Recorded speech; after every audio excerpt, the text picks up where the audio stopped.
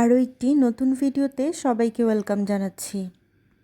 আজকে শেয়ার করতে যাচ্ছি এই পাথরগুলো আর এই প্লাস্টিকের বোতলটা দিয়ে আমি একটা মানি প্ল্যান্ট গাছের জন্য টব বানাবো। আর সেটা কিন্তু আমি ঘর সাজানোর জন্যই তৈরি করব।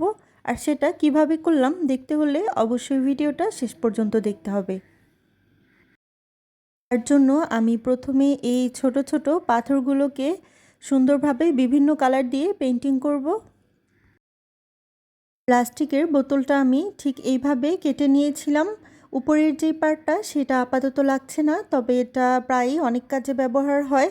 অনেক সময় বারান্দায় যে বেসিক যে গাছগুলো লাগানো হয় সেগুলোর জন্য কিন্তু ওই অংশ দিয়ে টব বানানো যায়, তাই সেটা আমি ফেলে দিব না, সেটা আমি রেখে দিব। আর আজকে আমি যেটা তৈরি করব সেটার জন্য আমি এই নিচের পার্টটা এভাবে কেটে নিয়েছি। আর এটা আমি এখন আমার পছন্দ অনুযায়ী ডিজাইন দিয়ে ও কালার দিয়ে পেন্টিং করব।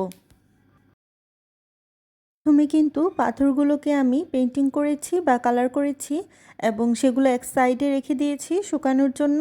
আর এখন আমি পরবর্তী যেই ধাপ সেটাই করছি। এখন আমি এই প্লাস্টিকের যে বোতলটা সেটাকে পেন্টিং করে নিচ্ছি আমার পছন্দ অনুযায়ী।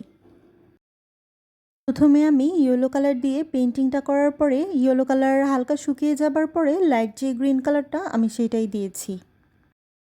তারপরে কয়েকটা কালার দিয়ে আমি এভাবে রাউন্ড রাউন্ড করে কয়েকটা শেপ দিয়ে নিয়ে ডিজাইনটা কমপ্লিট করব। আর এটা খুবই সিম্পলভাবেই ডিজাইনটা আমি রেখেছি। আসলে প্লাস্টিকের বোতল কেটে সেগুলোতে গাছ লাগানো অথবা গাছের জন্য টব বানানো সেটা কিন্তু আমরা সবাই কম বেশি জানি।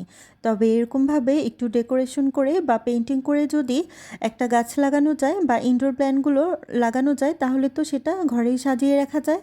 আর দেখতেও কিন্তু অনেক বেশি ভালো লাগে, ঘরের সৌন্দর্য অনেক বেশি বেড়ে যায়। বোতলের পেন্টিংটা শেষ করেছি আর দেখুন আমার পাথরগুলো কিন্তু একদম শুকিয়ে গিয়েছে আর বোতলটাও আমি শুকিয়ে নিয়েছি।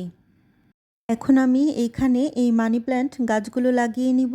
আর এই তো আমি এভাবে লাগিয়েছি। তারপরে আমি যেই ছোট ছোট পাথরগুলো পেন্টিং করেছি সেগুলো এইভাবে দিয়ে দিব। তাহলেই কিন্তু রেডি হয়ে গেল একটা সুন্দর ও কালারফুল একটা মানি প্ল্যান্ট গাছের জন্য টব। আর এটা হোম ডেকোর আইটেম হিসেবেও কিন্তু খারাপ হবে না। এটা আমি আমার ঘরেই রাখবো, যেহেতু মানি প্ল্যান্ট গাছ এটা ঘরেও ভালো থাকবে। আর এই গাছটা যখন আরেকটু বড় হবে তখন কিন্তু এটা দেখতে আরও বেশি সুন্দর লাগবে।